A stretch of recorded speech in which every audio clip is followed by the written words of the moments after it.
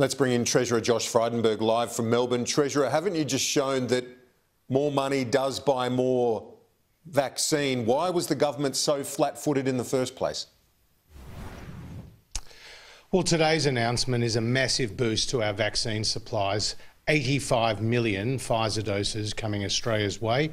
And as you know, Kieran, we have brought forward 3 million doses from Q4 this year to Q3.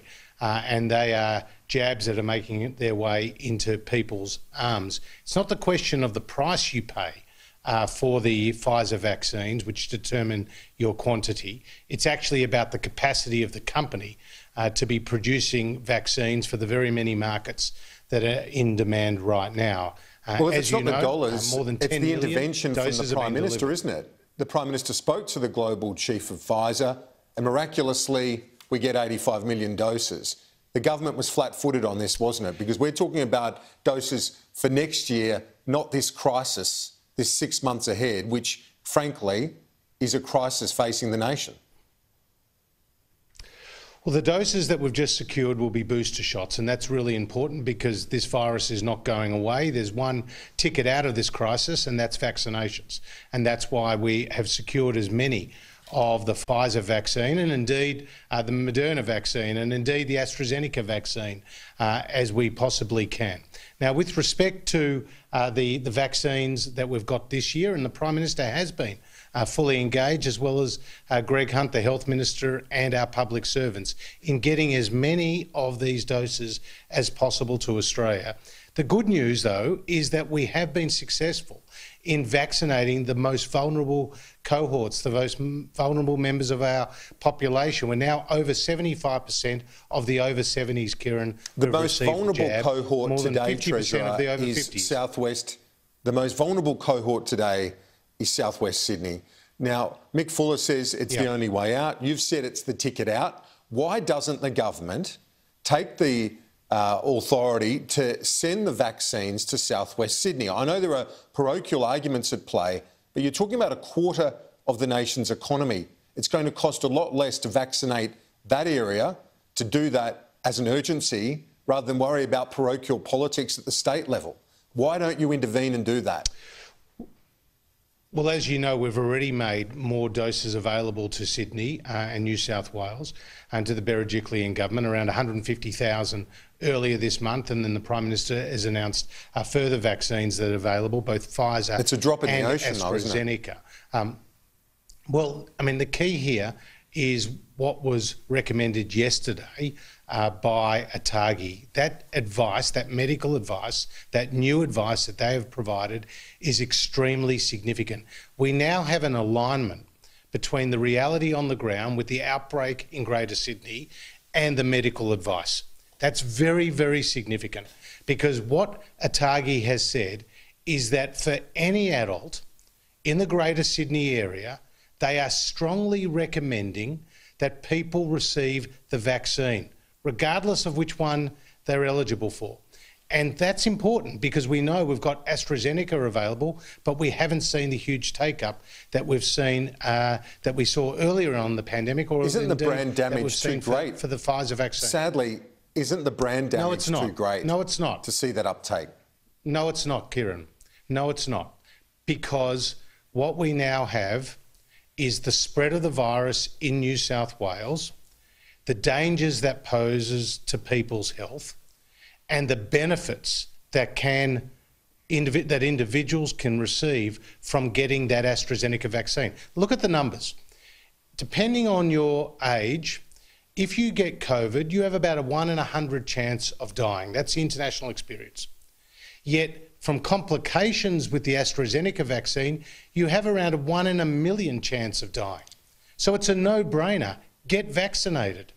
The risk is far greater than the benefit. You know, the risk is far greater than the benefit. Yeah, I could not agree with you more on that. I want to ask you about a few other things this morning. The protests yesterday, were you appalled by that lawlessness that we saw on the streets of Sydney particularly? Stupidity writ large. Just shocking. Really shocking images, and everyone is rightly concerned about it. And those protesters should be condemned for not just breaking the health orders and therefore breaking the law, but for putting in danger their fellow Australians. Those protests have no place in the middle of this crisis, the middle of this pandemic. Should New South Wales Premier Berejiklian be going harder now? There's talk of a curfew. Would you like to see her go harder to nip this in the bud, to make it a shorter lockdown rather than a long drawn-out one? Well, they have pretty significant restrictions now in place in terms of impeding people's movements around the state. There are very few reasons as to why people can leave their home, and there are time restrictions on that. So they should maintain a watching brief and take the advice that is available to them. Obviously, these lockdowns, they need to also make allowances for supply chains being maintained, as well as other particular circumstances that are really important in the context of a lockdown, to allow, for example, to allow families to see their dying loved ones, or other issues that may arise. But the government must maintain a watching brief on this and do what is required to get on top of the virus. So if they need to step it up, they need to step it up. Now, you've said that the New South Wales is the gold standard. Do you concede that it's definitely not the gold standard in the face of the Delta strain? Last month, the Prime Minister said, "I commend Premier Berejiklian for resisting going into full lockdown." Less than a month later, she says this is now a national emergency. Well, a couple of things to say is we've been dealing with this virus now for more than 15 months. New South Wales did really well early on. When other states went into lockdown, they avoided that fate, and as a result, their economy prospered and people had their freedom of movement. And of course, that was a massive benefit to the country as a whole. With the Delta variant, the Delta strain, the rules have changed. And it's a lot more difficult to contain. It's a lot more contagious. Indeed, it's indeed more dangerous. And obviously, New South Wales is paying a very heavy price right now for the outbreaks that they have encountered. But if you look at the number of days New South Wales has been in lockdown, it's a smaller number than compared to other states like mine. Sadly, they're catching up, though. The New South Wales Treasurer, Dominic Perrottet, says, "We believe that JobKeeper was instrumental in keeping the nexus between workers and businesses. This won't be forever, but we need it now." He's pleading for JobKeeper to return. Will you be listening to him? Well, we have a set of payments now that are moving fast, and they're flexible, and they're delivering money. Not good enough. He says he wants JobKeeper. As quickly as 40 minutes. Well, he knows that we have entered into an agreement with the New South Wales government to go 50-50 on business support. That's money that is going to businesses with a turnover of under $50 million, and around 500,000 businesses are eligible for that, and to households, and to families, and to individual workers. And those payments at $600 and $375 are at the level JobKeeper was in the December quarter last year. So no JobKeeper return then? More than six. Well, right now we have effective payments that are going out to households, and more than 600,000 payments have gone out the door. Kieran, more than $300 million has been paid. I'll give you a very practical example about how this is even more flexible than JobKeeper.